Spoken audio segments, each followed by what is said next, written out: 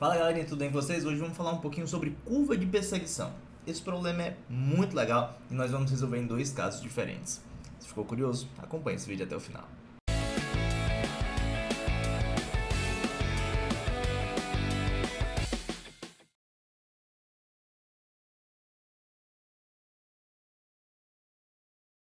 Bom, nosso problema é o seguinte. Nós vamos ter uma partícula com velocidade u constante sempre ao longo aqui do eixo x. Nós vamos ter uma partícula de módulo constante, porém ela vai ficar mudando a direção e sentido. Nesse primeiro caso, nós vamos considerar que v é maior que u, para a gente ter o encontro delas duas. Então veja só qual é a condição desse problema. A primeira partícula, como ela tem velocidade u constante, ela mantém sua direção e sentido, então depois de um intervalo de tempo ela deve se localizar mais ou menos por aqui. Bom, mas por que a gente chama isso de curva de perseguição? Porque esta partícula sempre vai estar olhando para a primeira. Olha só que interessante, o vetor v sempre vai estar apontando para esta partícula que possui velocidade u. Depois de um certo tempo, ela deve se encontrar mais ou menos aqui, onde sua velocidade deve apontar nessa direção. E aí o movimento continua. Sempre que essa se desloca um pouquinho, esse vetor velocidade ele vai mudar sua direção. E daí o nome curva de perseguição, porque a partícula de baixo sempre vai estar perseguindo a partícula de cima. É como se fosse uma brincadeira aqui de gato e rato. Bom, mas vamos ver como é que isso vai funcionar. Entenda que essa partícula sempre vai ficar formando um ângulo alfa, e esse alfa ele vai ficar mudando com o tempo. Você concorda? Como esse alfa é medido na horizontal, perceba que no início aqui ele mede 90 graus. E quando o tempo vai passando, ele vai diminuindo. Eu não sei como é que é o comportamento desse alfa, mas nós vamos tentar resolver o problema mesmo assim. Bom, a pergunta é, em quanto tempo a partícula de baixo encontra a partícula de cima? Ou seja, qual é o momento da colisão aí? Inicialmente eu vou escrever a equação da partícula de cima, que essa é bem simples, né? O x dela é exatamente u vezes t. Faz sentido, né? Velocidade constante, então já vou deixar essa equação aqui de lado. O x dela é igual a u vezes t. Primeiro ponto. Segundo ponto é o seguinte, quanto essa partícula vai andar na direção x? Você percebe que o x que ela vai andar vai precisar ser escrito como uma integral. Essa integral vai variar de 0 a t de... Como a gente está olhando para o eixo x, eu vou ter que pegar esta componente, v cosseno de alfa. Tudo bem? Olha só, v cosseno de alfa vezes ΔT. Professor, eu quero escrever isso como uma soma de v cosseno vezes ΔT. Tudo bem, não tem problema, basta lembrar que esse ΔT precisa ser muito pequeno. Bom, quando as partículas se encontrarem, então, obviamente, esses x precisam ser os mesmos, né? Então, o que eu vou fazer? Igualar as duas coisas. Vamos lá? E agora começa a ficar interessante. Como v tem um módulo constante, eu posso sacar ele para fora da integral e vou escrever essa expressão. A integral de 0 até t de cosseno de alfa dt é igual a u sobre v vezes t. Bom, é como se a gente tivesse o resultado, então, dessa integral de cosseno de alfa dt. Tá, professor, mas eu não posso resolver essa integral do cosseno aí? A integral do cosseno é seno. Eu já sei, já estudei isso. Perceba que aqui fora nós temos dt e aqui dentro tua variável é alfa. Alfa varia com o tempo, mas não é a mesma variável. Então eu não sei como é que é essa dependência do alfa com o tempo, por isso eu não posso integrar e dizer que isso aí é seno direto. Mas de certa forma a gente tem o resultado dessa integral. Daí eu vou deixar ele guardadinho já para você usar mais à frente. Talvez esse aqui seja o passo mais diferente. Nós vamos olhar para cá. Professor, o que é isso? Eu vou chamar isso aqui de L. O L é a posição relativa entre essas partículas. Então imagina que esse L vai sofrer uma alteração. Por exemplo, ele vai aumentar. Quanto é que seria o aumento da posição relativa? Você concorda que seria isso aqui? O aumento da posição relativa, dl, seria a velocidade relativa vezes dt. Bom, eu até entendo que isso é uma ideia diferente, mas tenta digerir um pouquinho para você absorver melhor. Sendo assim, o dl eu vou poder escrever como? Quem que seria a velocidade relativa? Como a gente convencionou neste sentido, eu tenho que obedecer, então, este sentido como positivo. Ou seja, seria u cosseno. Lembra que aqui vai ter o mesmo alfa de baixo? Então, nós vamos ter u cosseno alfa menos V. Observe que você já tem um V exatamente na direção de L, então não preciso nem usar componente, ou seja, vai ficar então no total U cosseno menos V.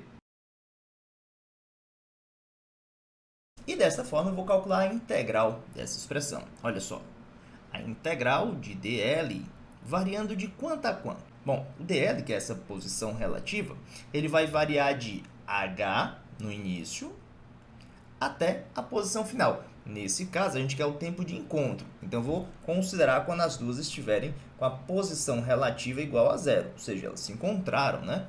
Por outro lado, a primeira integral que eu tenho vai ser de u cosseno dt. Ora, u é constante, então eu vou deixar desta maneira. Menos a integral de v dt. Professor, essa integral vai variar de quanto? Quanto? De 0 a t e de 0 a t. Faz sentido? Bom, a primeira integral eu posso dizer que é 0 menos h. Afinal de contas, a integral de dl é L, né? Ou ΔL. Na segunda integral, eu vou ter u vezes a integral de 0 a t cosseno de alfa dt. Professor, mas eu não conheço o cosseno de alfa. Eu não sei quanto vale o cosseno de alfa. Então, eu não sei integrar isso no tempo. Aí é que tá. Eu acho que você sabe sim. Olha só, a integral de 0 a t de cosseno de alfa dt é igual a u sobre v vezes o tempo. Então, você já calculou isso indiretamente. Caramba! Velho, isso é bizarro demais. Mesmo você não conhecendo o comportamento de alfa no tempo, você criou mecanismos aqui para conseguir resolver a integral do cosseno dt. Então, isso é muito legal. Menos, olha só, v, que é constante, integral de dt. Vai dar t menos zero, ou seja, t. No final das contas, você vai ter menos h é igual a u ao quadrado menos v ao quadrado sobre vzinho vezes o tempo. Bom, como a gente tem o menos multiplicando aqui dos dois lados, eu vou multiplicar por menos 1 para a gente limpar aí esse sinal negativo dos dois lados. Ou seja, vai ficar h vezes v igual a v ao quadrado menos u ao quadrado vezes o tempo. E assim nós calculamos o tempo de encontro desses caras. Olha que interessante. h, v ao quadrado menos u ao quadrado. Assim a gente vai finalizando esse primeiro momento, que era justamente calcular o tempo de encontro, né? Olha só que interessante. Quanto a partícula aqui de baixo, que tinha velocidade v, vai percorrer até encontrar o primeiro? Você percebeu? Isso aqui é bem legal. Poderia ser simplesmente o quê? Multiplicar a velocidade v vezes o tempo. Isso seria válido porque a velocidade é sempre tangente à tua trajetória. Talvez outro ponto que fosse válido seria também calcular quanto a partícula aqui de cima percorreu. No caso, seria u vezes t. A gente já encontrou o tempo. Então, a gente conseguiria também calcular o espaço percorrido por ela. Mas, agora eu queria trabalhar a situação em que as duas velocidades são iguais. E aí? Se as duas velocidades fossem iguais, a gente iria dizer que u era igual a v. Bom, vou deixar então todo mundo igual a v. Tudo bem? Então, aqui nós teríamos v e aqui nós teríamos v. Vamos lá, então. Eu quero saber quanto é que seria o tempo de encontro. Bom, o problema é que se você olhar para a equação anterior, quando você faz u igual a v, lá no denominador vai dar zero. Então, quando u está tendendo a v, nós vamos divergir esse tempo. Qual que é a interpretação física disso? Que elas não se encontram. Então, se elas não se encontram, vamos pelo menos entender como é que é o estado final dessa configuração. Vamos lá, então. Esse caso é um pouquinho diferente, mas eu vou usar a mesma técnica. Eu vou dizer, então, que na direção x nós vamos ter dx igual a v menos v cosseno de alfa dt.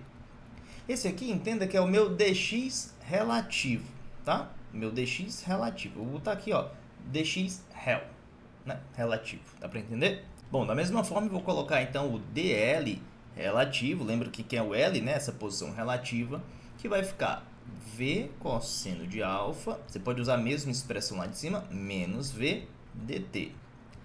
E aí vem a parada legal.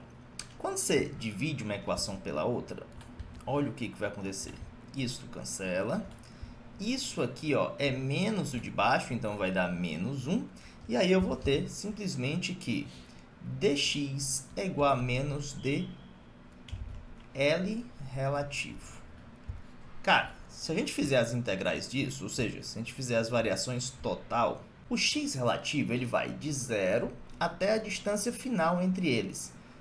Professor, por que o x relativo é 0? Veja, compare o x desse camarada e o x desse na condição inicial. Eles têm a mesma posição em x, por isso que é 0. Os dois vão ficar andando aqui no final com a mesma velocidade v, sem ter variação nessa posição, até porque a velocidade relativa entre eles vai ser 0. Então, essa vai ser a condição final e, obviamente, esse aqui vai ser o nosso x final. Olha, o x relativo, né? Justamente o que eu coloquei aqui, o x relativo. Só para você lembrar, esse camarada aqui é o x relativo, tá certo? Professor, tá, entendi aqui como é que vai ficar. Mas e no lado direito? Lado direito, nós vamos variar de L inicial, que era h, até a distância relativa final. Bom, se essa é a configuração final, perceba que a posição relativa, né, de um em relação ao outro, no fim, vai ser o próprio xf. Então, no final das contas, nós vamos ter esse resultado, xf menos 0 igual a menos xf menos h. Ora, esse menos xf vai passar para o outro lado, vai dar 2xf, e do lado direito eu vou ter simplesmente o h. Portanto, a nossa posição inicial, que era h, é conhecida, e a nossa posição final, que é xf, também vai ser conhecida, vai ser a metade da inicial. Olha que problema legal. Cara, esse chega a arrepia, fala sério. É muito interessante essa jogada de posição relativa, então, se você pegar uma curva de perseguição, essa pode ser uma excelente saída para o seu problema. Bom, espero então que você tenha gostado desse vídeo, e se gostou faz o seguinte, deixa uma curtida, deixa nos comentários temas para vídeos futuros, e se ainda não é inscrito, para tudo, aproveita o momento, se inscreve agora e já acione o sininho para receber notificação quando chegar vídeo novo. Bom, já eu vou ficando por aqui, muitíssimo obrigado pela atenção de vocês, um forte abraço e até mais.